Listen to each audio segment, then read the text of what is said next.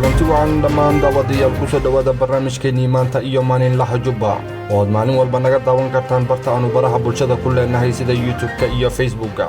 Barnaamijka waxaa idiin daadihinaya anigoo ah Ismaaciil Kulmiye. waa maalinimo sabti ah taariikhdu ku beegan tahay 24 bisha Sebtembar sanadka 2022.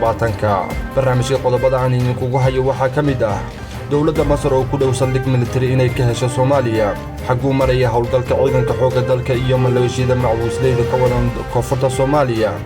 maamulka gobolka Banaadir oo amara duldhigay ganacsatada Muqdisho. balse intaanu barnaamijka guda galin waxaanu ka codsanaynaa inaad gaarsiiso asxaabtada adigoo isla markaana sheer garaynaya barnaamijkeena.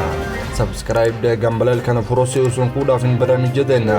fadlan ku cabir fakarkaga saliimka ah dhanka komatiga. mahadsanidin.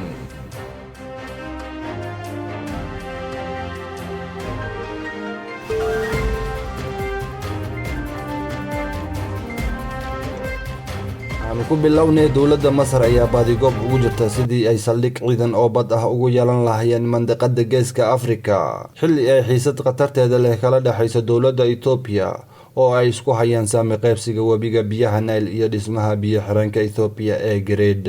maalintii Arbacada ahayd ayaa ra'iisul wasaaraha Soomaaliya Mudane Xamse Cabdi Barre kulan la qaatay ambaasadorka Masar u fadhiya Soomaaliya ambaasador Maxamed Al Saciid kaasoo ay weheliyaan saraakiil Masaare ah. ra'iisul wasaarahaas ayaa bartiisa Twitter-ka ku soo qoray inay ka wada hadleen sidii loo adkeyn lahaa xiriirka labada wadan, balse waxaa hadal hayn dhalisay saraakiisha ka qayb gashay kulanka dhexmaray ra'iisul wasaare Xamse Cabdi Barre iyo ambaasador Al Saciid.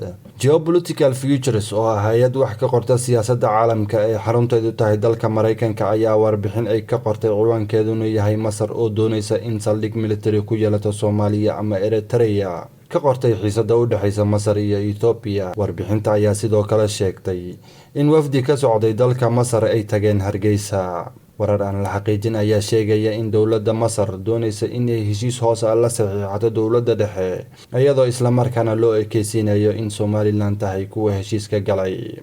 taasi ma ahan mid ku cusub dowladda uu hogaaminayo madaxweyne Xasan Sheekh.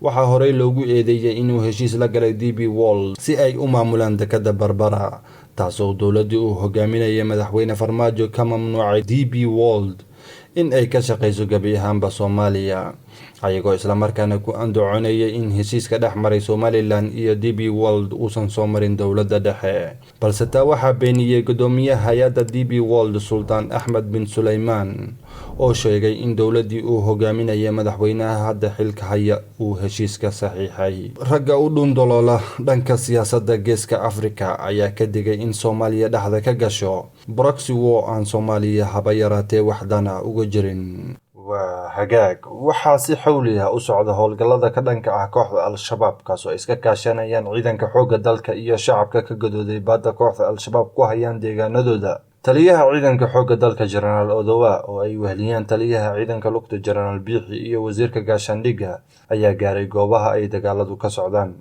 taliyaha ciidanka xoogga dalka General Odowa ayaa uga mahad celiyay naftood horeyaasha ciidanka xoogga dalka mar uu ku booqday jiida hore ee dagaalada. hadaladiisii waxaa ka mid ahaa naftooda iyo dhiigooda. waxaan rabaa marka guud ahaan inaan idinkaga mahad celiyo hawsha aad qaranka Soomaaliyeed u haysaan. runtii dadka Soomaaliyeed meel kasto ay joogaan, dalka gudihiisa iyo dibaddiisa, gobol kasta ee ay joogaan, waxay ku faraxsan yihiin kuna hurdayaan howlaha aad qarankiina u haysaan una bixinaysaan dhididkiina iyo dhiigiin. xaqiiqatanka kuma soo koobi karno hadalla aan afka ka dhahno waxa qalbiyadeena idinkugu jira.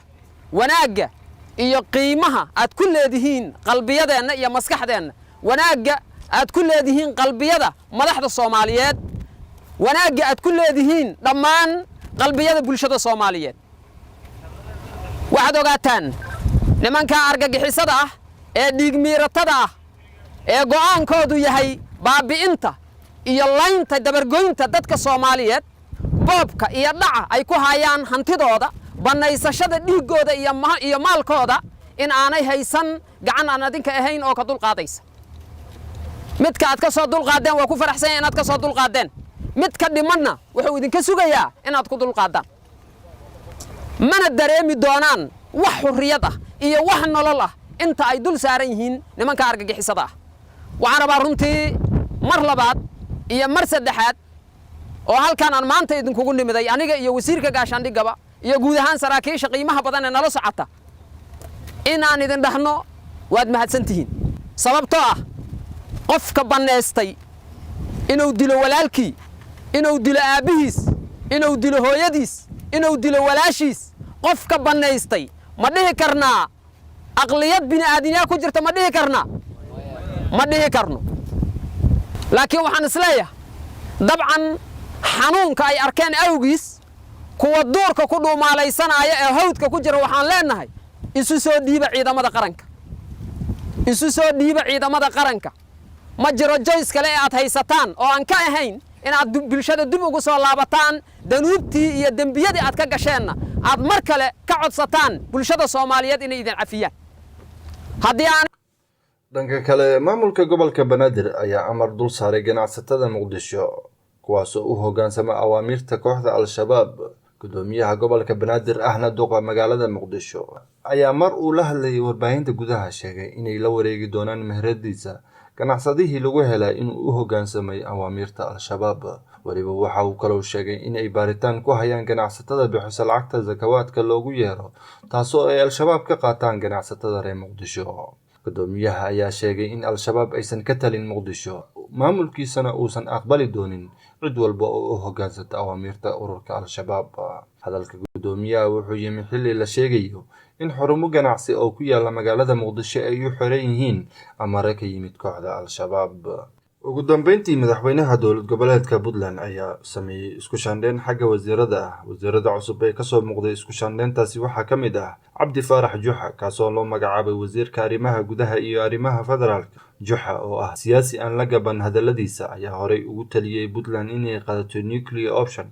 taasoo macnaheedu tahay in ay Soomaaliya ka go'do mar uu khilaaf kala dhaxeeyay dowladii dhexe Juxa sidoo kale wuxuu aaminsan yahay in Puntland dani ugu jirin federalismka balse ay habboon tahay in Soomaaliya qaadato waxa loogu yeero confederation intaasi ayaanu kusoo gabagabeynaynaa barnaamijkeenii maanta iyo maalinlaha Jubba mar labaad haddaan idin xasuusiyo dhegeystayaal fadlan subscribe dheh gambaleelkana furo si aad u hesho barnaamijyadeena anigoo ah Ismaaciil Kulmiye iyo dhammaan bahda wargeyska maalinlaha Jubba waxaan idinkaga tegaynaa is arag dambe oo xiiso leh nabaday